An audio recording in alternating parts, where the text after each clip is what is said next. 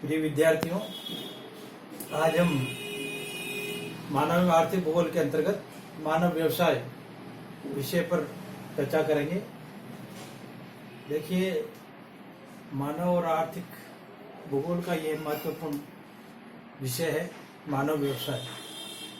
तो मानव व्यवसाय में भी हम सबसे पहले बात करें मानव व्यवसायों के विकास क्रम की। मानव व्यवसायों का विकास क्रम, देखिए, जब से मनुष्य का विकास हुआ इस धरती पर, जब से मनुष्य आया तब से लेकर और आज तक हम मनुष्य की आर्थिक क्रियाओं को या मानव व्यवसायों को, इतिहास को हम 4 कालखंडों में देख सकते हैं। सबसे पहले ले हम प्रागैतिहासिक काल, यानी अति प्राचीन काल, यानी जब मनुष्य अपने सभ्यता के विकास क्रम में प्रारंभिक स्टेज में था, तब का काल। तो इस काल की क्या विशेषताएं थी, हम अगर पॉइंट टू पॉइंट बात करें तो जल्दी समझ में आएगा। जैसे सबसे पहले जंगली जानवरों का शिकार करना सीखा। प्रारंभ में जब भोजन की आवश्यकता के लिए मनुष्य को भोजन की आवश्यकता हुई तो उसने वनों के अंतर्गत जंगली जानवरों का शिकार करना इस युग में प्रारंभ कर दिया था। फिर है कंदमूल फलों को एकत्रित करके और उसे भी अपने भोजन के रूप में काम में लेना प्रारंभ किया, यानी वनों से कंदमूल फलों का एकत्रित करके और उसे भोजन के रूप में काम में लेने लगा। फिर क्योंकि उस काल में सीमित आवश्यकताएं थी, मनुष्य की सीमित आवश्यकताएं थी उस काल में, तो इसलिए ये उस काल की विशेषता रही। फिर उस प्रागैतिहासिक काल में निम्न स्तर का बौद्धिक ज्ञान रहा। मनुष्य का बौद्धिक ज्ञान निम्न स्तर का था, लेकिन उस काल में मनुष्य ने कुत्ते को सर्वप्रथम पालतू जानवर बना लिया था। प्रागैतिहासिक काल में जो कुत्ता जो है वो, क्योंकि जंगली कुत्ते हुआ करते थे, तो सबसे पहले कुत्ते को पालतू जानवर बनाने की ओर वो बढ़ा। फिर उस काल में आदिम तरीके से कृषि कार्य प्रारंभ कर दिया था।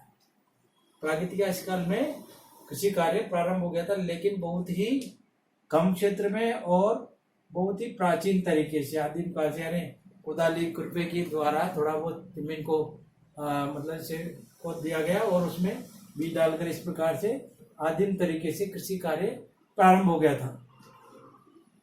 नवपाषाण काल कहा जाता है वो, तो नवपाषाण काल में पहिए का आविष्कार हो गया था। मनुष्य ने उस काल में पहिए का आविष्कार कर लिया था और साथ ही साथ मिट्टी के बर्तन बनाना भी उस काल में मनुष्य सीख गया था। तो यह प्रागैतिहासिक काल है जिसमें मनुष्य धीरे धीरे निरंतर विकास की ओर आगे बढ़ता है। फिर आता है प्राचीन काल। प्राचीन काल में आते आते जो लगभग 4000 वर्ष पूर्व माना जाता है, तो 4000 वर्ष पूर्व कांस्य युग प्रारंभ हो गया था, यानी कि कांसे और तांबे का आविष्कार मतलब से खोज कर ली गई थी।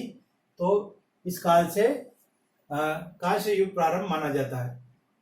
इस युग में यानी प्राचीन काल में नगरों का विकास अस्तित्व में आ गया था, यानी इस काल में नगरीय जो सभ्यता थी वो विकसित हो गई थी और तांबे और कांसे की खोज से उपयोगी हथियार व अन्य वस्तुएं बनाना मनुष्य ने प्रारंभ कर दिया था। तांबे और कांसे की खोज हो गई थी, तो इन महत्वपूर्ण धातुओं से मनुष्य ने अपने लिए उपयोगी हथियार और अन्य वस्तुएं बनाना सीख लिया था, जो उसके क्रियाकलापों में शामिल हो गई थी। इसी युग में उसने फसलों को सिंचित करना सीख लिया था, फसलों को पानी देना सीख लिया था कि पौधे को पानी की आवश्यकता होती है तो उसको पानी देकर और उसका पोषण किया जाना चाहिए। तो फसलों को पानी देना इस काल में मनुष्य ने सीख लिया था। ईसा से 2500 वर्ष पूर्व मोहनजोदड़ो व हड़प्पा सभ्यताओं का विकास सिंधु घाटी नदी के किनारे पर हो चुका था। इस काल में ऐसा कहते हैं कि मोहनजोदड़ो और हड़प्पा जो सभ्यताएं हैं वो सिंधु घाटी के इसमें विकसित हो गई थी। और हमने मतलब से प्राचीन इतिहास को देखे तो मोहनजोदड़ो और हड़प्पा सभ्यताओं में नगरीय नियोजन एवं भवन निर्माण का उत्कृष्ट नमूना उस वक्त विकसित हो गया था और नगरीय नियोजन उसमें देखने को मिलता है। तो 1200 वर्ष पूर्व इसी युग में लोह युग प्रारंभ हो गया था, यानी आज से 1200 वर्ष पूर्व लोह युग का प्रारंभ हुआ। और लोह युग के प्रारंभ के बाद में उसने अपनी आवश्यकता की उसमें हथियार और आवश्यकता के उपकरण बनाना प्रारंभ कर दिया था। ऐसा माना जाता है भारत में यह लोह युग 1000 वर्ष पूर्व माना जाता है। तो ये प्राचीन काल की विशेषता है। जब हम मानव व्यवसाय के विकास क्रम को देखें तो प्राचीन काल में इस प्रकार का हमारे पास में एक प्रतिरूप उभर के आता है। फिर आता है मध्यकाल। 600 ईस्वी से 1500 ईस्वी तक का जो काल रहा वो मध्यकाल कहलाता है। तो मध्यकाल में मानव व्यवसाय के लिए ये स्वर्णिम काल माना जाता है, यानी इस काल में आते आते मनुष्य ने बहुत अधिक विकास कर लिया और मानव व्यवसाय के लिए स्वर्णिम काल बना। इस युग में सामंतवादी युग का प्रारंभ हुआ, यानी कृषि कार्य में सामंतवादी युग प्रारंभ हुआ और यूरोप में और अन्य पश्चिमी देशों में सामंतवादी युग प्रारंभ हो चुका था। कृषि क्रियाओं का इसमें इस युग में अधिक विकास हुआ, कृषि कार्य अधिक उन्नति कर पाया और बड़े बड़े नगरों का भी विकास हुआ। इस काल में बड़े बड़े नगर बन गए और व्यापार शिक्षा का विकास इस युग में अधिक देखने को मिलता है, यानी इस युग में व्यापार प्रारंभ हो गया था और शिक्षा का विकास हो गया था। विभिन्न प्रकार की शिक्षाएं दी जाने लगी, समुद्री व्यापार बढ़ा। इस कारण से गांवों से नगरों की ओर और नगरों से गांवों की ओर वस्तु विनिमय भी प्रारंभ हो गया और वस्तुओं का लेन देन प्रारंभ हुआ। और समुद्री व्यापार के विकास के कारण से बड़े बड़े नगरों का भी विकास हुआ। तो ये मध्यकाल की विशेषता है। मानवीय विकास क्रम में जब मध्यकाल आते आते कृषि का विकास अधिक विकास हुआ, बड़े बड़े नगरों का विकास हुआ और व्यापार और शिक्षा का विकास हुआ। अब आधुनिक काल। आधुनिक काल 15वीं शताब्दी से वर्तमान तक के काल को कहा जाता है।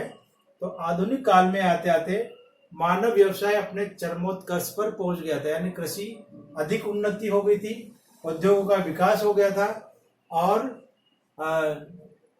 तकनीकी शिक्षा और औद्योगिक क्रांति का ये युग माना जाता है। इसमें संसाधनों की उपलब्धता, क्योंकि संसाधनों विभिन्न प्रकार के खनिज संसाधनों की खोज कर ली गई, इसके कारण से और शिक्षा की उन्नति के कारण से, तकनीकी और सरकारी नीतियों और पूंजी की उपलब्धता के कारण से और अधिक मानव व्यवसाय विकसित होने लगे।